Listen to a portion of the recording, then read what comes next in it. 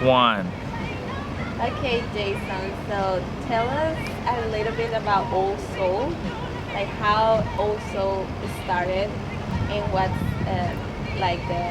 the company about, what's important for you. So Old Soul is we started out as a wholesale only company where we combined artisan coffee roasting and baking.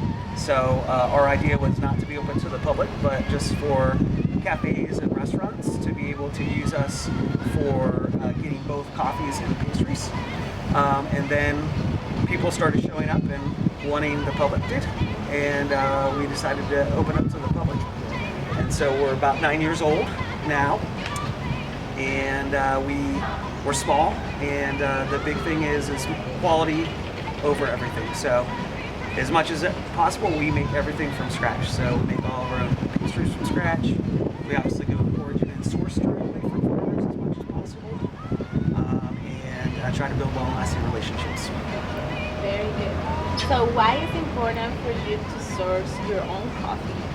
What's that so important? Like you already mentioned, the relationship with the farmers is important.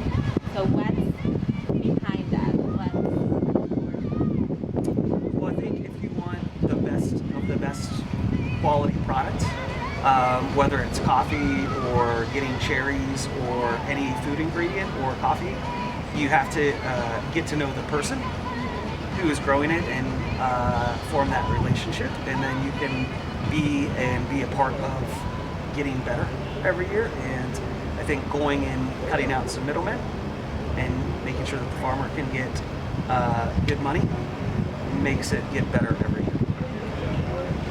Tell us a little bit about your how do you start your coffee, your specialty coffee? Like a little bit about your story. Like how do you start? So How many time ago? yeah, And I started in coffee in 2000, so it's been 15 years. I opened my first coffee house in 2002 in Sacramento.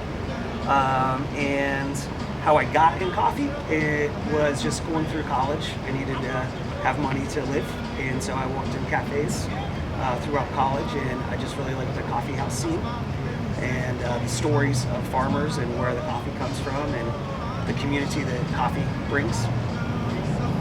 so do you think the Sacramento coffee, specialty coffee scene and culture is changing through the years since you started in the industry? Oh yeah, big time. So when I started in 2002 in Sacramento, we were the only specialty coffee company in town. And now, 15 years later, there's 4 excellent world-class roasters that have multiple cafes each. 15 years ago, no one was even thinking about going to origin and meeting the farmers or really cared about, per se, where the coffee came from, the process, which coffee was processed which ways.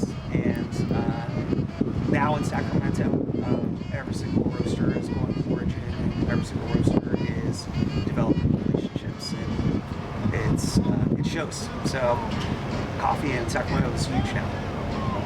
So the relationship is getting closer for sure in between the farmers and people here, like people like you.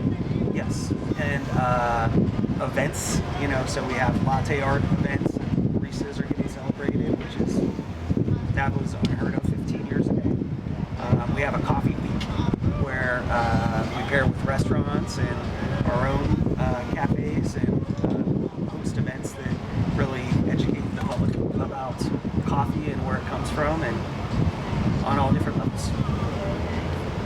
So where do you see the specialty coffee in 5 years from now here in the States, or at least in Sacramento, maybe it's your market? Yeah, I think in 5 years there will be even more coffee roasters in Sacramento. So as Sacramento grows, there'll be more coffee roasters that are from Sacramento, and I think there'll probably be a couple of bigger roasting companies that are popular elsewhere open in Sacramento.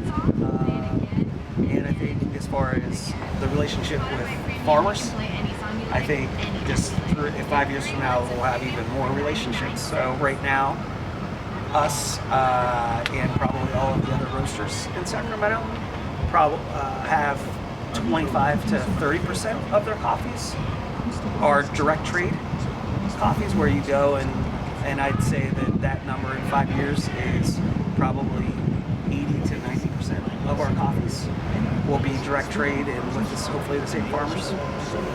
Now that we are talking about the farmers, what will be your message for the farmers, that the ones that are growing, the small farmers, and what will be something important that you think they should keep in mind?